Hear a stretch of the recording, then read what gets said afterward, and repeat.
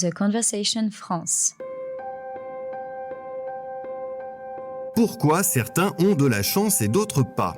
Dans les 5 épisodes de notre série Facteur Malchance, Christophe Hague, chercheur à l'EM Lyon, s'appuie sur les découvertes de la recherche en psychologie sociale et sur des récits d'aventures hors normes pour identifier les clés qui permettent d'attirer de la chance à soi. Là, les choses se sont un peu emballées. J'ai exigé que leur chef descende en premier, mais il a refusé. Je l'ai alors rattrapé et jeté hors de l'hélicoptère. Il est tombé à plat ventre et s'est relevé en pointant son AK sur moi, prêt à me tirer dessus. J'ai attrapé le canon et me suis lancé sur lui, pied en avant, et l'ai remis à terre d'un coup de pied. Au moment où lui et moi nous relevions, tous ces hommes étaient descendus de l'hélicoptère. Ce fut la douche froide. Ils étaient à présent tous extrêmement énervés et pointaient leurs armes sur moi. J'étais fait comme un rat. Mon pistolet était prisonnier de l'étui et mon fusil à bord de l'hélicoptère. J'ai alors vu défiler ma vie devant mes yeux. J'ai pensé à tout ce que j'aurais voulu faire et que je n'avais pas encore fait. J'avais bien évidemment peur à ce moment-là. Michael Hawke est un célèbre capitaine ayant servi pendant 26 ans dans les forces spéciales de l'armée américaine. C'est en quelque sorte l'équivalent du britannique Bear Grylls, que vous connaissez peut-être pour la célèbre série Man vs Wild, qui a ensuite, lui, donné dans le documentaire télé aux États-Unis. Alors Michael Hawke, ou Captain Hawke, a tout connu, les combats et les missions de sauvetage dans les pires zones de conflit, la lutte contre les trafiquants de drogue en Colombie, et j'en passe. Bonjour Christophe Hague. Bonjour Thibaut. Vous êtes chercheur en psychologie comportementale, professeur à l'EM Lyon Business School, et vous êtes l'auteur de ce livre « Provoque ta chance », publié aux éditions Albin Michel. Et Captain Hawke, c'est une figure centrale, j'ai envie de dire, de ce livre. Alors pour en revenir à la scène décrite en début de podcast, il va s'en sortir. Il va s'en sortir et de manière assez incroyable. Donc il a tenté un bluff. Et à ce moment-là, il leur dit, en tout cas, si vous me tirez dessus, il y a de fortes chances que tout le hangar explose. Parce que il y a des barriques d'essence, il y a des réservoirs un peu de partout. Et en plus, vous n'êtes pas très très loin à pied de votre objectif, de votre target, de votre cible. Donc il arrive comme ça à twister, à renverser le cours des choses, et presque en devenant un allié de ces gens-là qui voulaient juste le tuer à un moment, qui ont une haine féroce en plus de ce qu'il représente. Là, Captain Hawke, il a quand même réussi à faire quelque chose d'extraordinaire en termes de gestion de peur, c'est qu'il a réussi à renverser les rôles. Un peu comme quand vous êtes attaqué par un lion. Si vous voulez survivre à cette attaque-là, il ne faut surtout pas prendre ses jambes à son cou et montrer son dos à l'animal. Sinon, il vous déchiquette et vous êtes une proie facile, vous ne pouvez pas vous défendre. La plupart, et j'ai rencontré des personnes qui ont survécu à des attaques de lions, vous faites quoi ? Vous faites des grands gestes, vous gagnez en amplitude corporelle, vous allez rugir un peu, Francis Huster rentre dans ce corps, et vous allez même faire un pas vers le problème, inverser la tendance. Et Captain Hawke, alors qu'il n'avait pas le pouvoir dans cette situation-là, non seulement il leur a donné des conseils qui étaient plutôt efficients, et en plus il a réussi à finalement faire par effet ricochet, à leur faire ressentir une crainte. Celle que si t'appuies sur la gâchette, toi aussi tu peux mourir en fait dans cet acte-là. Donc ça c'est quelque chose qui est propre d'ailleurs à la plupart des explorateurs ou des survivalistes que j'ai rencontrés. Je pense notamment à Alban Michon, qui est cet explorateur polaire sous la glace, explorateur de l'extrême, qui quand il va voir son banquier, qui lui finance tout simplement ses expéditions polaires au Groenland ou ailleurs, et qu'il a besoin de beaucoup de sous, en fait, il ne va pas en courbant les chines, en disant « Oui, mais alors vous savez, oui, alors je vous en supplie, donnez-moi ça. » Non, il va « Tu sais quoi ? En fait, si tu fais partie de ce projet-là, tu vas vivre quelque chose de formidable dans ta vie de banquier qui est peut-être toute routinière. Alors, il y a plein de banquiers rock'n'roll, je ne m'attaque pas à cette profession, mais le sien était plutôt dans une routine un peu classique. Mais on s'enverra des vidéos, on va chatter, on va machin. Tu feras partie de l'équipage, tu feras partie de cette expédition, tu vas vivre des choses extraordinaires. Donc c'est du donnant, donne-moi les sous, moi je te donne l'adrénaline. Et à nouveau, renverser les rôles. Les serial chanceux ont cette habitude-là de renverser systématiquement les choses, et ce qui fait que derrière, à un moment, la peur ne colle pas. C'est comme si cette peur-là était sur un espèce de de téflon, quoi. Ça glisse, et ça glisse vers autre chose. Alors, ce qui est intéressant dans ce cas de Captain Hawk et dans cette anecdote, c'est que l'action, elle est déclenchée vraiment au bout de la peur. C'est vraiment, il le dit lui-même, il a la boule au ventre et c'est là où il a son idée de ce coup de bluff qui lui permet finalement de s'en sortir. Et c'est pour ça qu'on voit que la peur peut être utile, en fait. Même encore aujourd'hui, dans notre société moderne, on n'est plus coursé par des bêtes féroces. Elle a tellement d'énergie au sens psychique, physiologique du terme. Elle active tellement de choses dans notre cerveau. Et d'ailleurs, on connaît toutes ces choses. On les trace à l'imagerie médicale, en direct live sur des écrans d'ordinateur. Que derrière, bah oui, c'est une essence qu'on peut mettre dans le moteur et qui peut nous être utile. À nouveau, capacité à recycler finalement même des choses déplaisantes, poisseuses, etc., en quelque chose de positif. Bah, Captain Hawk, c'est ce qu'il fait systématiquement. Et d'ailleurs, Captain Hawk, puisqu'on parle de lui, il a un autre truc qu'il partage avec nous et qui est quand même assez étonnant. En tout cas, moi, ça m'a surpris quand il me l'a raconté. Il raconte plusieurs scènes où à un moment, il y a ces équipes qui sont en danger de mort, en fait, avec des explosions, des attaques, des bombardements, etc., et où très rapidement, il faut se replier ici ou là, en fait, d'un point de vue géographique. Bah, Captain Hawk, quand ça bulle émotionnellement très fort, et que la peur fait partie de cette équation-là, eh bien, il a une mécanique aujourd'hui qu'il arrive même à maîtriser, parce qu'il a compris la puissance de cette chose-là, c'est de penser dans sa deuxième langue. Et il me dit, d'ailleurs, Captain Hawk parle à peu près 7-8 langues. Il a écrit même des livres là-dessus. C'est un type qui est supradoué. Il a un master en psychologie. Enfin, bref, c'est un touche-à-tout. Et ben, quand il y a quelque chose de complexe qui se passe dans notre vie, qu'on n'a pas le temps de céder à cette saloperie qu'est la réunionnite aiguë, y compris une réunionnite aiguë avec soi-même, où on veut maturer le système. Voilà, on n'a pas le temps. Il faut répondre là dans l'instant, sinon, c'est problématique. Et bien, dans ces cas de figure, Captain Hawk, il pense dans sa deuxième langue. Et donc moi, je retranscris ce conseil. Imaginons votre deuxième langue, c'est l'anglais, et que vous avez à un moment un choix cornélien à faire entre alpha et gamma, eh bien, posez-vous la question, posez-vous le problème. Petite voix intérieure, une espèce de petit Jiminy Cricket comme ça intérieur. Posez-vous la question dans votre deuxième langue. Si c'est l'anglais, posez-vous-la en anglais. Essayez d'y répondre en anglais. Et là, il y a 2 théories possibles pour expliquer ce phénomène, parce qu'on sait que ça va produire ou ça va augmenter la probabilité de prendre la bonne décision ou d'adopter le comportement le plus adapté à la situation merdique que vous êtes en train de vivre. Alors, il y a 2 explications. La première, c'est que ça favorise la pensée délibérative. À un moment, là, on va se dire, tiens, dans ma deuxième langue, vision en contre-plongée de la scène, donc je vois à peu près tout, donc j'ai une compréhension globale de la situation qui fait qu'en ayant tous ces éléments-là, je vais prendre la bonne décision. Ça, c'est une hypothèse. C'est pas forcément celle que je défends.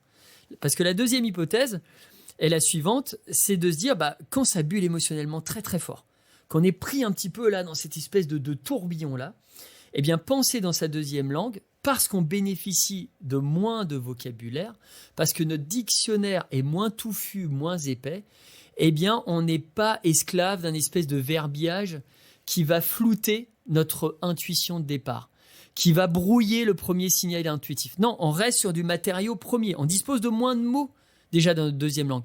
Le bilinguisme, c'est presque un mythe neurologique. C'est comme... on dit, tiens, il est ambidextre. On a tout le temps une petite préférence musculaire, que ce soit pour... bref. Eh bien, c'est la même chose pour les langues. Et donc, derrière, on dispose de moins de vocabulaire. Et en plus, prenons le cas de l'anglais, c'est une langue, voilà, c'est très épuré, sujet, verbe, complément, etc. Donc, on ne va pas être dans l'utilisation de tournures chiadées avec des mots à triple, quadruple ou quintuple sens qui vont nous éloigner de nos émotions premières et de l'intuition que ça peut provoquer. Donc ça, c'est quelque chose, voilà. Moi, je penche plutôt pour la deuxième hypothèse, mais peu importe finalement le chemin emprunté, et peu importe les hypothèses des chercheurs des uns et des autres, le terminus, c'est le même.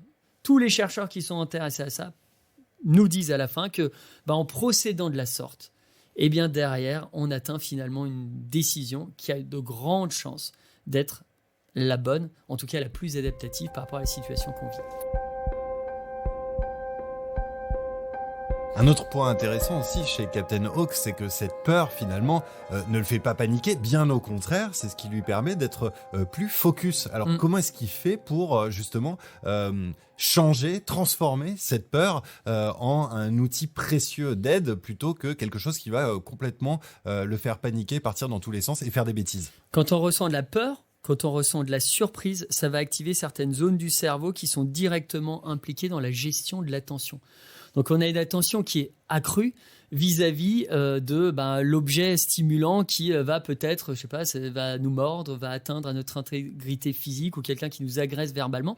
Donc, on va avoir toute une mécanique neurologique qui va guider des mouvements musculaires. Ça peut être les yeux qui vont se rediriger vers l'objet menaçant, vers la chose. Donc, il y a vraiment quelque chose de très fort autour de l'attention. Et bien, quand ça, on en consomme à haute dose, comme lui, dans son métier, un métier où il a jonglé avec la vie et la mort quasi tous les jours, eh bien, il y a un apprentissage qui naît de ça. Comme quand on va voir des membres du RAID, ils disent, voilà, maman, on apprend tout ça. Et l'avantage de la peur, c'est qu'elle va rediriger l'attention là où il faut. Et donc là, il a réussi à dompter ça. Donc, il donne des clés dans le bouquin sur comment dompter ça, dans quel schéma précis se mettre. Mais c'est l'occurrence de l'expérimentation de situations de peur dans le cadre en plus de son métier, donc avec une expertise forte derrière métier, qui fait que derrière, on va beaucoup plus facilement pouvoir dompter son attention.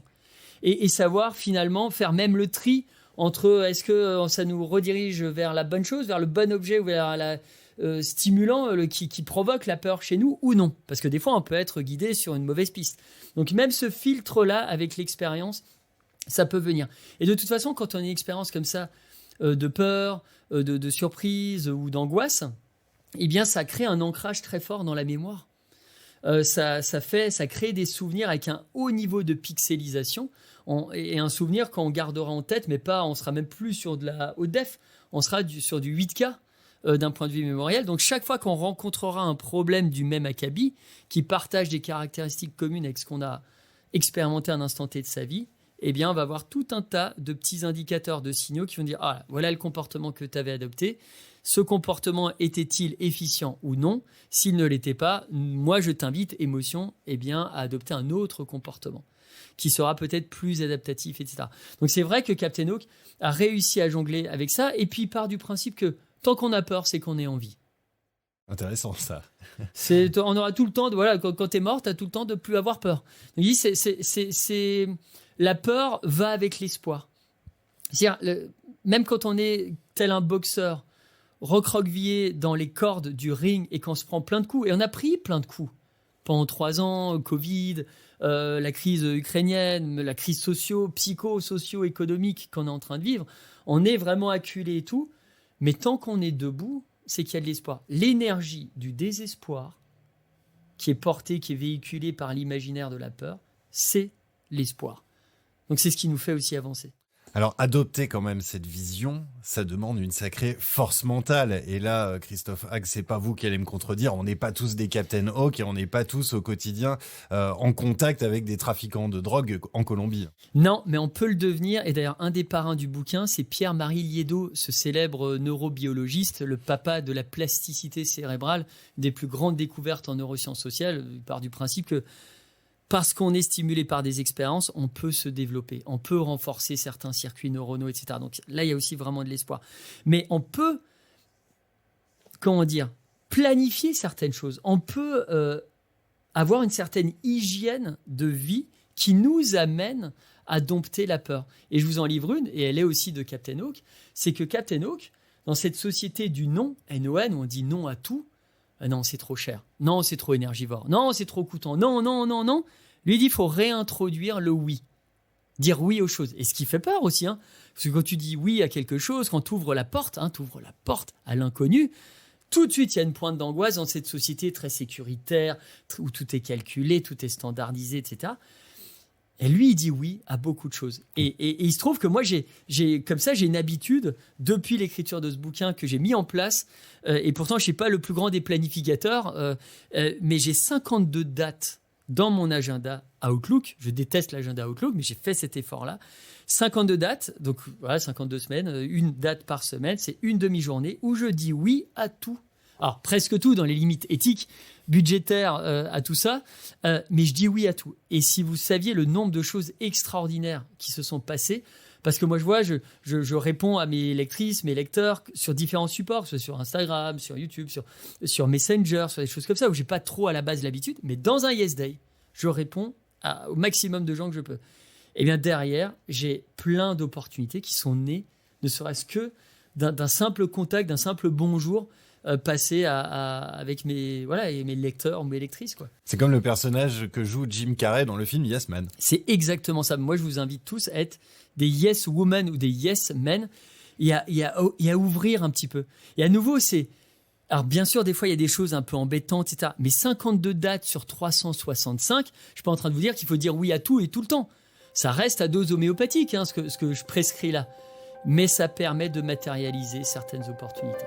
Et donc de rester ouvert à la chance, qui est l'un des facteurs pour provoquer sa chance. Merci beaucoup Christophe Hague. Je rappelle votre livre « Provoque ta chance » aux éditions Albin Michel pour ceux qui veulent en savoir plus. Merci encore. Merci Thibaut.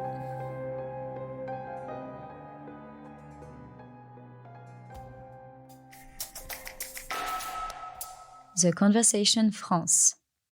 In Extenso est un podcast de The Conversation. Chaque vendredi, la rédaction donne la parole à la recherche pour mieux comprendre l'actualité. Retrouvez l'ensemble des épisodes d'In Extenso et nos autres séries directement sur theconversation.com dans la rubrique podcast.